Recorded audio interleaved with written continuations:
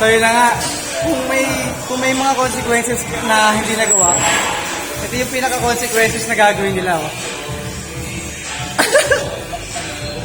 Ba't ko doon? Hindi nga nagawa yung consequences. Buti na nagawa namin yung consequences namin. Ayun o, ayun o. Example. Ayun o. Gaganon ka doon.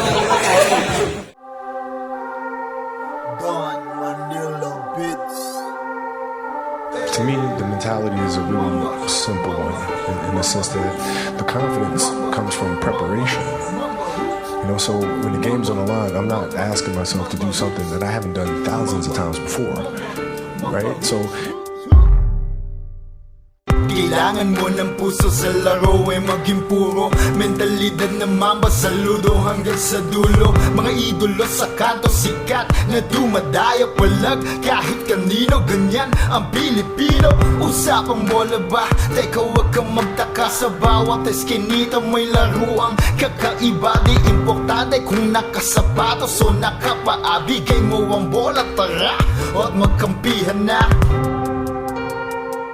this has been absolutely beautiful, you guys. I can't believe it's come to an end. You guys will always be in my heart. And what can I say? Mamba out.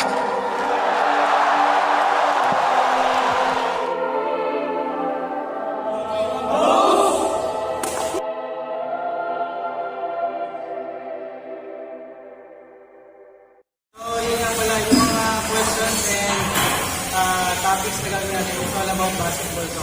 Yun yung topic natin. So, start tayo. Game. Question number 1. Violent contact with an opponent. This includes hitting, kicking, and punching. This type of foul results in free throws plus the offense retaining possession of the ball after the free throws. 1, 2, 3, 4. Oh no!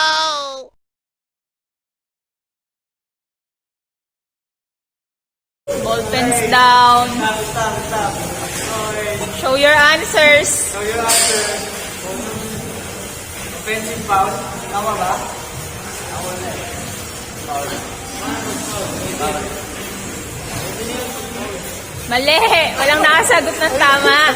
Sorry kaya pa. Lagot ko.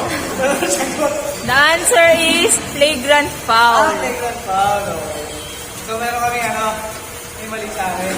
Lahat kayo mali. Wala kayong points. Next question. Question.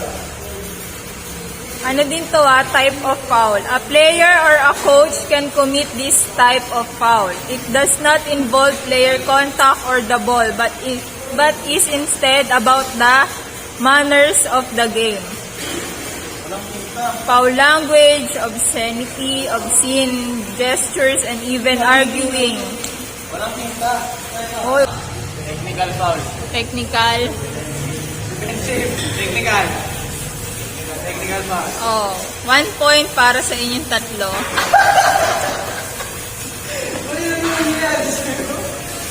Third question. Okay. Taking more than a step and a half without dribbling the ball is called... Taking more than a step and a half without dribbling the ball is called... 5, 4, 3, 2, 1. Traveling violation. Ano kay SB? Traveling. Traveling din? Oh, may tigo 1 point ulit kayo. 2, 1. Hindi ka naman sa mga consequences. Next question. Dribbling the ball with both hands on the ball at the same time or picking up the dribble and then dribbling again is a blank. Dribbling the ball with both hands on the ball at the same time or picking up the dribble and then dribbling again. Ready? Answers? Double dribble. Double lahat. 1 point. 3, 3, 3, 2. Next.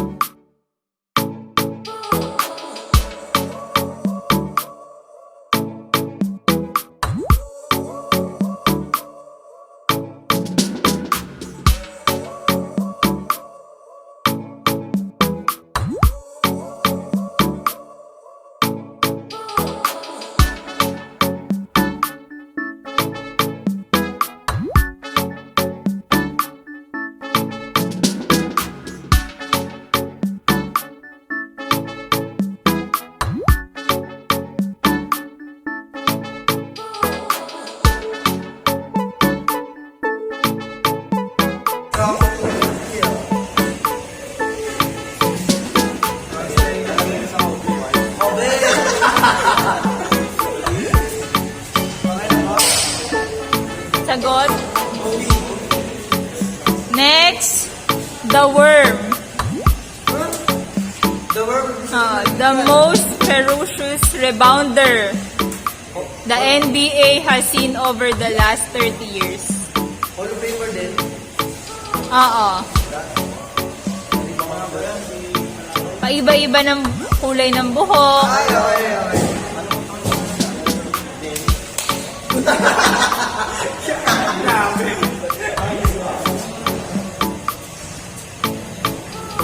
May sagot na? Answers. Answer is Dennis Rodman. Next, Jesus Shuttlesworth ang nickname niya. Jesus Shuttlesworth. Jesus. The greatest three-point shooter not named Stephen Curry. Dito si Steph. The greatest three-point shooter. Maliban kay... Ano to? Hall of Famer din to. Answers. Sulat ko pala, hindi. Wala. Ray Allen naman.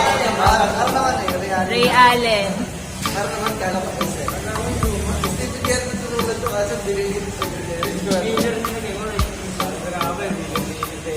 Last 3 questions. The big fundamental.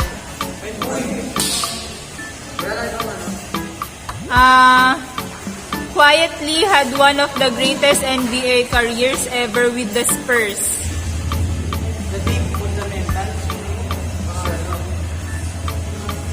Spurs number 21.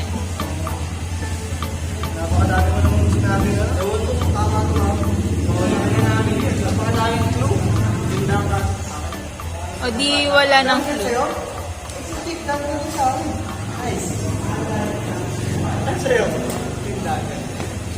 na po. Last two Yes. Last 2 questions. The Truth yung nickname niya. The truth. Hall of Famer din.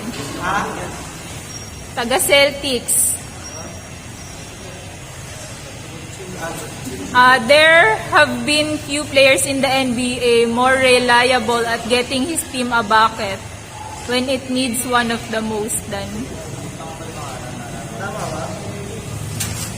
Sagot? Paul Pierce. Si ano dapat eh. Si Rondo yung nasa isip ko. Last question. Kasi wala mga Ang nickname niya, marami siyang nickname, kaya ang tawag sa kanya ay all of them. Yan. Pero ito yung iba't ibang nickname niya. The Big Fella, Diesel, The Big Aristotle. Hindi ko pwedeng sabihin yung dalawang nickname niya kasi nandun yung clue. Bakit? Tapos pwede kami magsabi nung Ano siya? Currently a basketball analyst.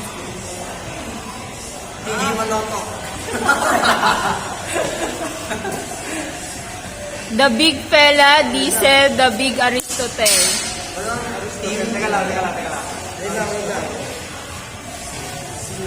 NBA ba yan? Oo, pag di nyo sinasagot, papatanggal na kayo din sa Mamba Hoops. Tama. Ang best friend ni Kobe. Tanggal na si Coach Marvin. Bye-bye. Paalam. See you next week. Sinong pinakamataas ang score? Dalawa. 19. Si Albert. 18. 17 ako. Ay, nirayan ito pala ako. Paglalak pa rin. Paano yun? Tabla kayo. Sino yung pinakamataas? 19 ikaw. Ito kami. Tatlo kayo mababa. Yan. So, ang nanalo sa game natin. JR. Nagkamali si Albert kanina kaya na sa naman. So, Bunot kayo. ito yung mga consequences natin. So, mapubunutin namin yung mga... Kami tatlo. Usual. Bunot. Huwag mo na papakita. At hindi, baka kasali na. Hindi, kayo lang talo. Kayong talo lang. Pagtatawanan lang kayo ni JR. Pakita mo yung ano. Uy, putak. Tawa.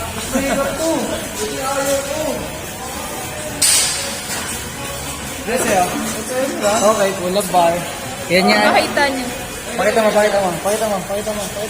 Kinakatakutan namin yan. Pull up bar. So, yun yung hindi talaga niya kayang gawin. Ayun na. 10 rollers. Ilan yun sa'yo? 5 lang. Madali lang yan. Ilalakad pa nga sa area. Basic. Basic 50 push-ups. 50 push-ups. Madali lang yan. JR, ang gagawin ni JR. Picture sa amin. Naka-video ba din yan? Mga pala, pagka hindi nila nagawa yung mga consequences na to, another consequences yung gagawin nila. So, okay na yan. Muna yan si Sunny Boy. Ay, si Albert. Go! 1, 2, 3, 4,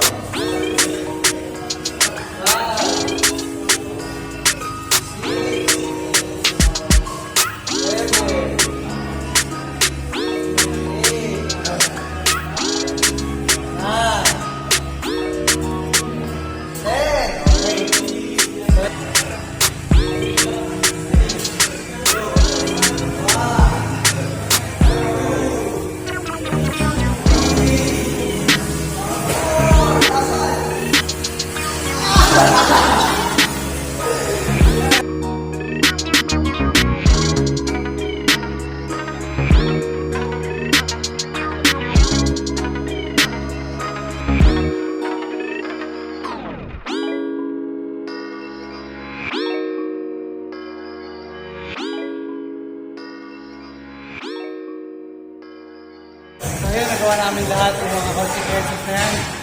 Hindi na kami ulit ng consequences. So sana nag-enjoy kayo sa mga ginawa namin.